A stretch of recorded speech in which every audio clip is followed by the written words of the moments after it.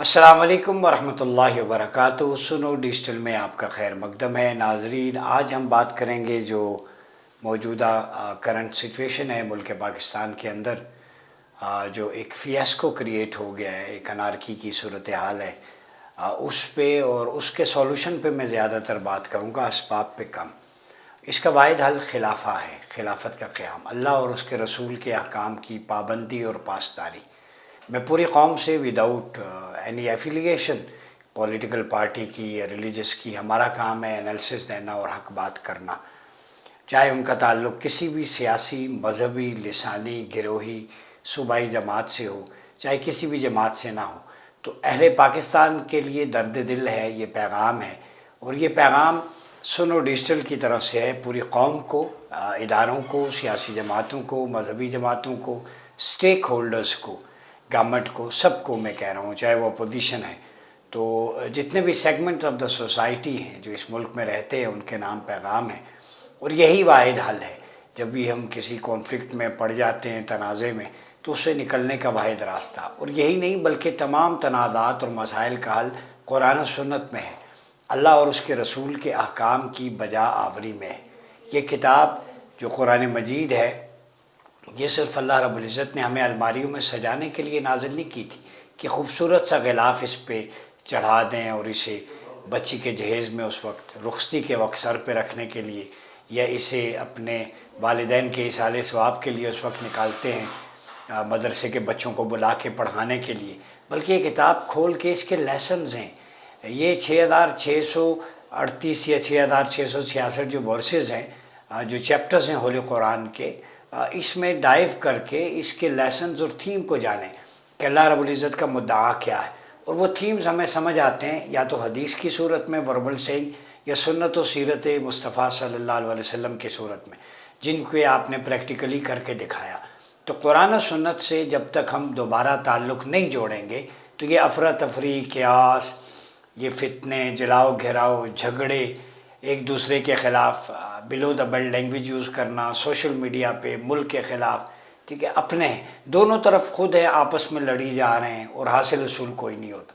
تو میں نے سوچا اس پہ اسلامک پرسپیکٹو میں آپ کے سامنے حل دے دوں۔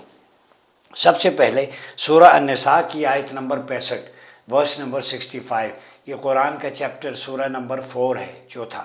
اس کے اندر اللہ رب العزت نے ہمیں جو ایک فریم ورک دے دیا بنیادی طور پہ، اس سانچے میں ہم ڈھل جائیں تو ہمارے مسائل حل ہو سکتے ہیں۔ وہ کیا ہے؟ وہ ہمارے لیے بڑا امپورٹنٹ ہے۔ اللہ رب العزت فرماتا ہے، بسم اللہ الرحمن الرحیم، فلا وربک لا یؤمنون حتی یحکموک فیما شجر بینہم ثم لا یجدوا فی انفسہم حرجا مما قضیت ویسلموا تسلیما۔ اللہ رب العزت نے اس میں ہمیں پورا ڈاکٹرائن سمجھا دیا ہے۔ کیا؟ پس اے حبیب صلی اللہ علیہ وسلم، آپ کے رب کی قسم، یہ لوگ مسلمان نہیں ہو سکتے یہاں تک کہ وہ اپنے درمیان واقع ہونے والے ہر اختلاف میں آپ کو حاکم نہ بنا لیں۔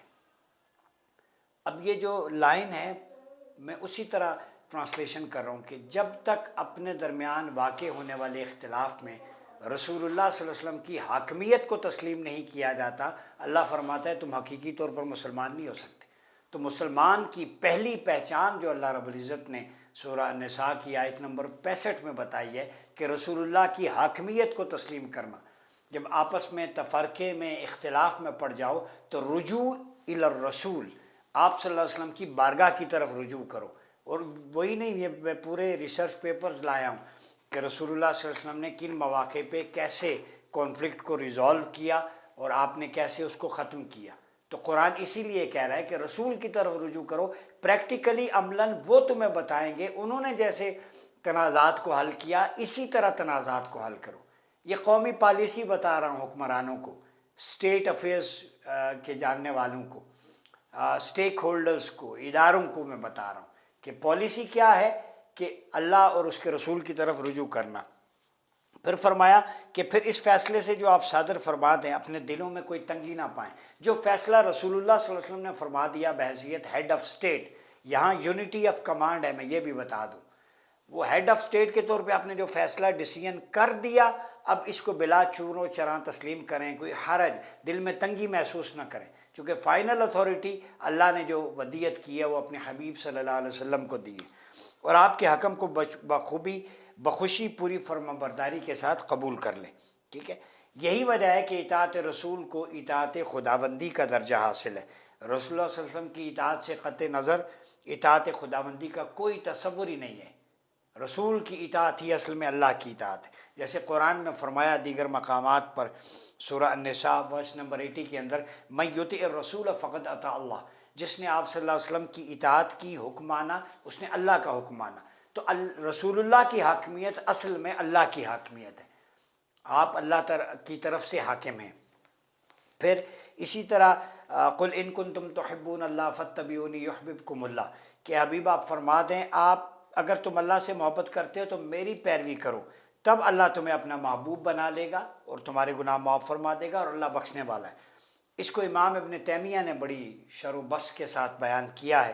آپ فرماتے ہیں فقط اقامہ اللہ مقام نفسہ فی امرہ و نہیہ و اخبارہ و بیانہ فلا یجوز ان یفرق بین اللہ والرسول فی شیء من ہذہ الامور۔ یہ امام ابن تیمیہ الصارم المسلول علی شاتم الرسول، اس کی پیج نمبر 41 کے اندر آپ نے فرمایا اللہ تعالیٰ نے اوامر و نہی، امر اور نہی میں، اخبار و بیان میں حضور کو اپنے ہی مقام پر فائز فرما دیا ہے، لہذا ان امور میں سے کسی ایک میں بھی اللہ اور اس کے رسول کے درمیان تفریق کرنا ہرگز جائز نہیں ہے۔ اٹل فیصلہ بتا رہا ہوں، اوامر و نہی، ٹھیک ہے، کمانڈمنٹس میں اور اخبار و بیان میں، تشریع و تعبیر میں اور پریکٹس میں، اللہ رب العزت کے رسول نے جو کچھ کہا اس میں اللہ کے درمیان تفریق کرنا جائز نہیں ہے، ٹھیک ہے۔ اور پھر یہ دیکھیں کہ قرآن واحد ضمیر کیوں استعمال کرتا ہے، واللہ ورسولہ احق ان یردوہ ان یکون مؤمنین ان کان مؤمنین، یہ سورہ توبہ میں ہے۔ اللہ اور اس کا رسول زیادہ حقدار ہے کہ اسے راضی کیا جائے۔ اگر ایمان والے ہوتے تو یہ حقیقت جان لیتے اور رسول کو راضی کرتے۔ رسول اللہ کے راضی ہونے سے اللہ راضی ہوتا ہے، کیونکہ دونوں کی رضا ایک ہے، ضمیر واحد کی ہے۔ یردوہما نہیں کہا، یردوہ، ایک ذات کو ظاہر کرتی ہے ہاں کی ضمیر، کہ یہاں بیک وقت خدا اور رسول دونوں کے لیے استعمال ہے۔ واللہ ورسولہ احق ان یردوہ، ہاں کا مرجع اللہ اور رسول ہے، تو یہاں ہما ہونا چاہیے تھا، لیکن ایک ہے۔ اس کا مطلب ہے رضائے الہی اور رضائے رسول حقیقت میں ایک ہی چیز ہے، ان کو الگ نہ سمجھا جائے، ٹھیک ہے۔ پھر آگے جو ہے میں اگر آپ کے سامنے یہ دیکھ لوں، سورہ النساء ورس نمبر 49 جو آج ہمارے ملک میں ہو رہا ہے، فَإِن تَنَازَعْتُمْ فِي شَيْءٍ فَرُدُّوهُ إِلَى اللَّهِ وَالرَّسُولِ، اگر کسی مسئلہ میں تم باہم اختلاف کرو تو کیا ہے، تو اسے حتمی فیصلے کے لیے اللہ اور رسول کی طرف لوٹا دو۔ اگر ڈسپیوٹ ریزالو نہیں ہو رہا تو حتمی ڈیسیژن جو ہے وہ قرآن و سنت کی روشنی میں ہو، اللہ اور رسول کے فرامین کی روشنی میں ہو، رسول اللہ کی سیرت کے آئینے کی روشنی میں ہو۔ اب اس میں کچھ کوٹیشنز آپ کے سامنے رکھنا چاہوں گا۔ رسول اللہ صلی اللہ علیہ وسلم نے جو کانفلکٹ مینیج کیے ہیں ان کی پہلی قسم ہے کہ اہل قباء کے درمیان ایک دفعہ کوئی جھگڑا ہو گیا تو آپ صلی اللہ علیہ وسلم کو اطلاع دی، تو آپ نے کیا فرمایا، یعنی لیڈر جو ہوتا ہے وہ خود چل کے جاتا ہے اس ڈسپیوٹڈ جو ایریا ہے اس کے اندر، اور وہاں جا کے آپ صلی اللہ علیہ وسلم فرمایا ہمارے ساتھ چلو تاکہ ہم ان کے درمیان صلح کروائیں۔ مسند ابی یعلا کی یہ حدیث ہے، اور آپ صلی اللہ علیہ وسلم خود چل کے گئے۔ اس کا مطلب ہے کہ ڈسپیوٹڈ ٹیریٹری اور تھی، اور جو مینٹور ہوتا ہے، لیڈر ہوتا ہے، he should lead from the front. تو پہلا لیسن ہے ہیڈ آف اسٹیٹ کو جب بھی کوئی تنازع آن پڑے تو اسے جو فرنٹ سے لیڈ کرنا چاہیے، اپنی آر محسوس نہیں کرنی چاہیے۔ یہ سنت مصطفیٰ ہے کہ جب بھی کوئی تنازع یا فتنہ و فساد یا تفرقہ آپس میں جھگڑا ہو جائے تو لیڈر کو پہلے سے انیشیٹو لینا چاہیے۔ تو آپ صلی اللہ علیہ وسلم نے ان کے درمیان جا کے ریکونسلیشن کروائی۔ ریکونسلیشن کا جو میتھڈ ہے وہاں پر جا کر آپ نے اس تنازع پر قابو پا لیا اور نقصان اور تشدد سے بچ گئے۔ پھر اسی طرح حجر اسود کی تنصیب پہ قبائل جو تھے قریش کے، ان کے درمیان ایک تنازع کھڑا ہوا کہ ایک قبیلہ کہتا ہم اس کو نصب کریں گے، دوسرا کہتا ہم۔ تو آپ صلی اللہ علیہ وسلم کا وزڈم اور ویژن یہ تھا کہ یہاں پہ وزڈم، حکمت جو ہے وہ ہوتی ہے، وہ بیانڈ نالج ہوتی ہے، کہ حجر اسود کو ایک چادر کے درمیان میں رکھا اور ہر قبیلے کے سردار کو ایک کونا پکڑا دیا اور اسے مطلوبہ مقام پر نصب کر دیا اور یہ خطرناک لڑائی ٹل گئی۔ یہ ہوتی ہے کانفلکٹ ریزولوشن جو آپ صلی اللہ علیہ وسلم کی سیرت سے ملتی ہے، یعنی سارے قبائل بضد سے کہ ہم کریں، آپ نے چادر منگوائی، اس کے چاروں کونے ہر قبیلے کے سردار کو پکڑا دی، تو ان کے میسز کی ریپریزنٹیشن ہوگی۔ اب یہاں پہ میں ریزالو جو کانفلکٹ پاکستان میں سیاسی طور پہ بنا ہے، پارٹیز کے اندر جو لیڈرز ٹی وی پہ آ کے مختلف پارٹیز کے اپنا اپنا بیان دیتے ہیں، مختلف ہوتے ہیں، لیڈر ایک چن لیں، ایک بندے کو نومینیٹ کر لیں اور وہ آپ کا نمائندہ ہو، لیڈرز کی طرف سے ہو مختلف پارٹیز کا، اور وہ بیٹھ کے تنازع کو حل کریں۔ جب ایک پارٹیز میں 4-5 لیڈرز اپنی اپنی بولی بولیں گے تو وہ مزید جو ہے وہ خلل پڑے گا اس میں۔ تو یہاں سے یہ بھی ہمیں میتھڈولوجی معلوم ہوتی ہے کہ قبائل کے جیسے سردار ایک ہوتے تھے، ان کی ریپریزنٹیشن ہوتی تھی، اسی طرح پارٹیز میں ایک آئیکونک ہونا چاہیے جو میڈیٹر بھی ہو، جو صلح و صفائی اور حکمت و دانش جانتا ہو، وہ ان چیزوں کو ریزالو کرے۔ پھر فتح مکہ جب ہوئی، آپ صلی اللہ علیہ وسلم جب مکہ میں فاتح بن کر داخل ہوئے تو اس وقت سب کے لیے آپ نے معافی کا اعلان کیا، فرمایا لا تثریب علیکم اليوم، یہ اناؤنسمنٹ ہے، آج کسی سے کوئی مواخذہ نہیں۔ اور یہ کفار و مشرکین سے ہے جنہوں نے آپ کو طائف میں پتھر برسائے، زخمی کیا، دندان مبارک احد میں شہید ہوئے، یہ وہ لوگ تھے کہ جنہوں نے آپ کو ٹارچر کیا، لوگوں کو قتل کیا، بے گھر کیا تھا، جائیدادیں لوٹی تھی، ان کے لیے آپ معافی ہے۔ تو پاکستان میں تو اپنے بھائی ہیں، پاکستانی ہیں، سب کو سوچنا چاہیے، اداروں کو، ملک ہے تو ہم ہیں، پاکستان ہوگا تو خلافہ کا بیس کیمپ بنے گا، میں یہی بات کر رہا ہوں۔ جب ملک ایٹمی اثاثے ہیں، آپ کی geo strategical geo political position ایسی ہے، ادھر مڈل ایسٹ میں کیا ہو رہا ہے، سینٹرل ایشیا میں رشیا یوکرائن کانفلکٹ ہے، ادھر انڈیا بیٹھا ہوا ہے، تو جب اپنا گھر ڈس آرڈر ہو جائے گا تو ہم باقی ایشوز پہ کیا جو ہے وہ میڈیٹر کا رول پلے کریں گے۔ پھر لوگ کہیں گے آپ فلسطین کی کیا بات کرتے ہیں، آپ کشمیر کی کیا بات کرتے ہیں، آپ کے اسلام آباد لاہور میں یہاں پر جو کچھ ہوا میں اس طرف آتا ہوں۔ تو سب کو سر جوڑ کے بیٹھنا چاہیے، میں کسی کی سائیڈ نہیں لے رہا، میں آج پاکستان کا مقدمہ آپ کے سامنے رکھ رہا ہوں، صرف پاکستان کا، اسلامی جمہوریہ پاکستان جو کلمے کی بنیاد پہ بنا تھا۔ خدا را اس کے گلشن کو تار تار نہ کریں، یہ ملک بار بار حاصل نہیں ہوتے، لاکھوں نوجوان بے گھر ہوئے، لاکھوں فیملیز نے قربانیاں دی، ٹرینز بھری ہوئی لاشیں بھری آتی تھی، آباء و اجداد کو دیکھیں۔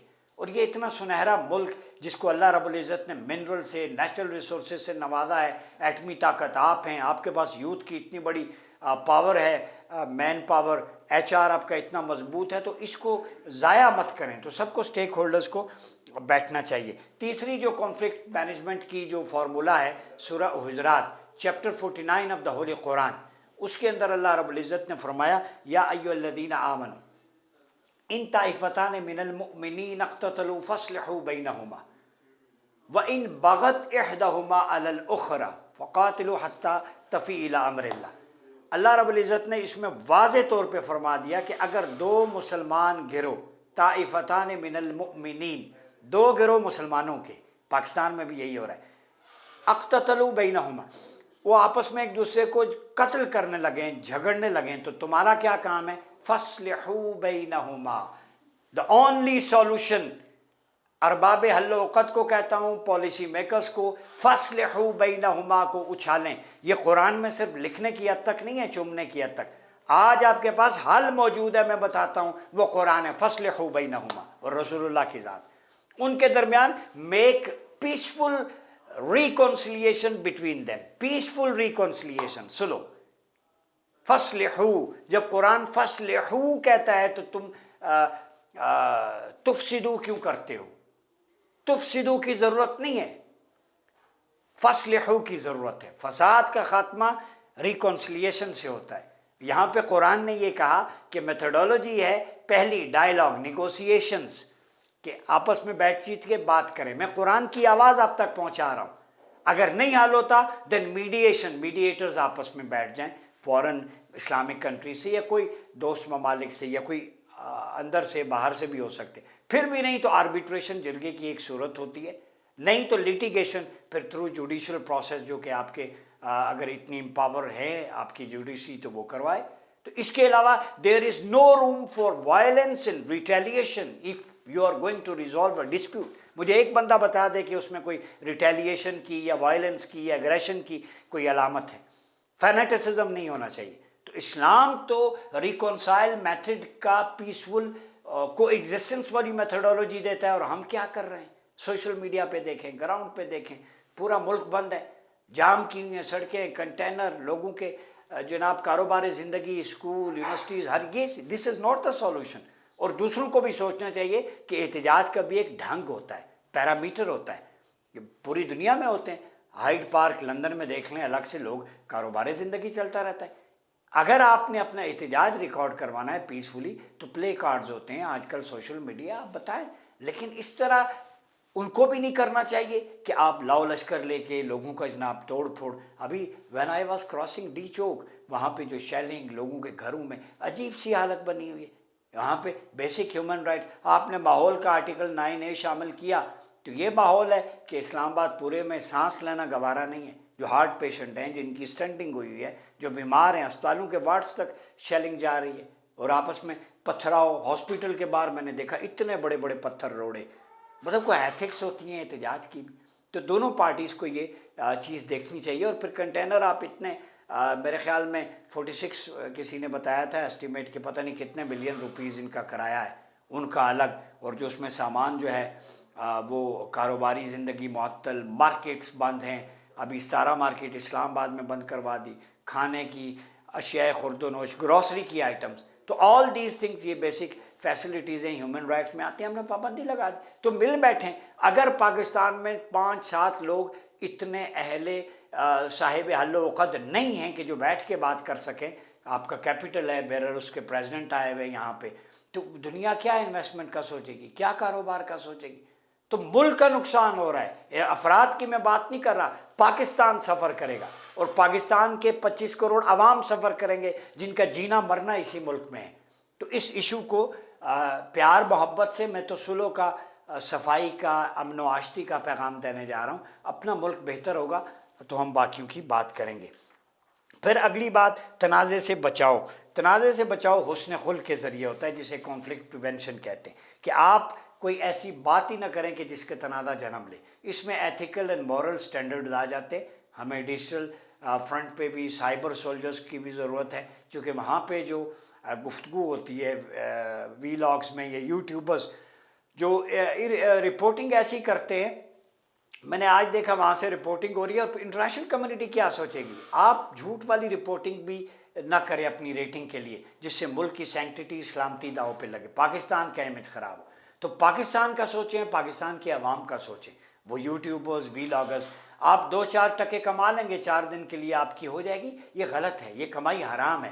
تھم نیل جھوٹا لگا کے یہ ہو گیا، چڑھ گئے، فلانا نیچے آ گیا وہ کنٹینر پہ۔ مطلب میں نے کچھ دوست ایسے بھی دیکھیں، ینگسٹرز ہیں، اپنی ویڈیو لگائی ہے، کبھی شیر کے ساتھ کتے کو ہاتھ جناب صاف کر رہے ہیں، اس کے ساتھ لاڈ، اور اپنی بڑی بڑی گاڑیوں میں، اور ادھر آ کے یہ اپنی دہاڑیوں کے چکر میں کہ فلاں رولنگ پارٹی آ گئی تو میری دہاڑی لگ جائے گی۔ تو گورنمنٹ کو بھی چاہیے، اداروں کو بھی، کہ ایسے نوجوانوں کی بھی انویسٹیگیشنز کریں کہ ان کو فنڈنگ کون کر رہا ہے۔ جو میٹرک پاس ہے آج کروڑوں روپے میں گاڑیاں لش پش، یہ کون انہیں فنڈنگ، ان کی ڈیپ پاکٹس کیا ہیں باہر بھی، اس پہ بھی نظر رکھنی ہوگی، چونکہ سوسائٹی اس طرح ایوالو نہیں کرتی، ہمیں بڑے پیار محبت سے آگے چلنا پڑے گا۔ تو یہ گالی دینا، ابیوسو لینگویج، آپ صلی اللہ علیہ وسلم نے فرمایا کہ مومن جو ہے وہ گالی دینے والا نہیں ہوتا، ٹھیک ہے، وہ سباب ہو کفر، سباب ہو فسق، قتل جو ہے مومن کا وہ کفر ہے، اور اس کو گالی دینا فسوق میں آتا ہے، فسق و فجور میں آتا ہے۔ تو ابیوسو لینگویج، اس میں لیک آف ایجوکیشن والے ایلیمنٹس بھی آ جاتے ہیں، ہم نے اس کو بھی دیکھنی ہے۔ تو ہمیں اس وقت ون ون لوز لوز کی طرف نہیں جانا، بلکہ ریکونسلیشن میتھڈولوجی کے ذریعے آپ صلی اللہ علیہ وسلم کے بتائے ہوئے طریقے کے مطابق پاکستان کو لے کے چلنا ہے۔ میری اصحاب اہل وقت سے یہ گزارش ہے کہ پاکستان کے مسائل کا سولوشن خلافہ ماڈل ہے، جو علی منہاج النبوہ ہے۔ وہ انسٹیٹیوشن بلڈنگ، لوگوں کو آپ سہولتیں دیں، فیسیلیٹیٹ کریں، فری اینڈ فیئر ہر چیز ہو، تو احتجاج کی نوبت ہی نہیں آئے گی۔ ہمارے خود لوپ ہولز ہم چھوڑ دیتے ہیں۔ وہ لوپ ہولز اس لیے ہیں کہ جمہوریت کا، اشرافیہ کا غلیظ نظام جو سمندر برد کرنے کے قابل ہے، اس کی موجودگی میں یہاں free fair and transparent living standard نہیں آ سکتے۔ اگر ہیلتھ فیسلٹیز، ایجوکیشن، سب کو پروموٹ کرنا ہے تو خلافت کے ڈھانچے کو دیکھیں۔ اس خلافت ڈھانچے کو جو تکمیل پاکستان نے دیا ہے اس کو امپلیمنٹ کرنا ہی پاکستان کے مسائل کا حل ہے۔ اور اس کو امام ابن خلدون نے بھی ایک لکھا ہے کہ ان النیابت عن صاحب الشریعہ فی حفظ الدین و سیاست الدنیا، مقدمہ ابن خلدون کے اندر ہے، خلافت دراصل صاحب شریعت یعنی نبی کریم صلی اللہ علیہ وسلم کی نیابت کا ایسا منصب ہے کہ جس کا مقصد، خلافت کے دو مقاصد ابن خلدون بیان کرتے ہیں، دین کا تحفظ، پروٹیکشن آف ریلیجن پہلا، اور دوسرا امور دنیا کو احسن طریقے سے چلانا، ٹھیک ہے، دنیا یعنی امور سیاست اور ملک کو احسن طریقے سے چلانا، یہ خلافت ہے، ٹھیک ہے۔ تو یہ تحفظ ہے، دین کا بھی تحفظ ہوگا، امور دنیا کا یعنی لوگوں کی اصلاح نفس بھی ہوگی، معاشی صورتحال بھی بہتر ہوگی، زکوٰۃ کا نظام ایکٹیویٹ ہوگا، کرپٹ پریکٹسز والے لوگ نہیں ہوں گے، نان پروفلیگیٹس ہوں گے، کمپیٹنٹ ہوں گے، subject specialist, right person for the right job. یہی وجہ ہے کہ امت میں حضور کا نائب خلیفہ ہوتا ہے، ٹھیک ہے۔ تو یہ چیز ہمیں دیکھنی پڑے گی۔ میں نے کہا آپ سے شیئر کر لوں موجودہ کانفلکٹ جتنی بھی پارٹیز ہیں اس میں جلاؤ گھیراؤ یا ریٹیلیشن یا ایگریشن کی بجائے سینٹی شوڈ پریویل، اور فاصلحوا بینہما، احباب حل و عقد بیٹھیں اور کسی ایک میتھڈولوجی پہ آئیں۔ کوئی اتنا بڑا قضیہ نہیں ہے، اگر ہم اپنا گھر ڈس آرڈر ہو تو برتن نہیں توڑے جاتے گھر کے۔ میں تمام لوگوں سے کہوں گا یہ پولز، یہ سگنلز، یہ عمارتیں، یہ بلڈنگز، یہ شیشے، یہ ہاسپٹلز، یہ آپ اور میرے ٹیکس پیئر کے، یہ پاکستان کا حسن ہے، گرینری، یہاں کی شاہراہیں، یہاں کے پارکس، تو اس کو خراب مت کریں۔ یہ آپ کی، ہماری، یہ پبلک پراپرٹی ہوتی ہے، اپنا نقصان خود کرتے ہیں، پھر نیا ٹیکس لگے گا، نئے بنانے پڑیں گے۔ اور دوسری بات، یہ ملک آپ کا اپنا ہے، اس ملک کے بارے میں سوچیں۔ جہاں بیریکیڈز لگانے وہاں روٹس ایسے طے کر دیے جائیں، یا ایک جگہ ہائیڈ پارک کی طرح جہاں کوئی پیسفلی بیٹھ کے اپنا احتجاج کرے۔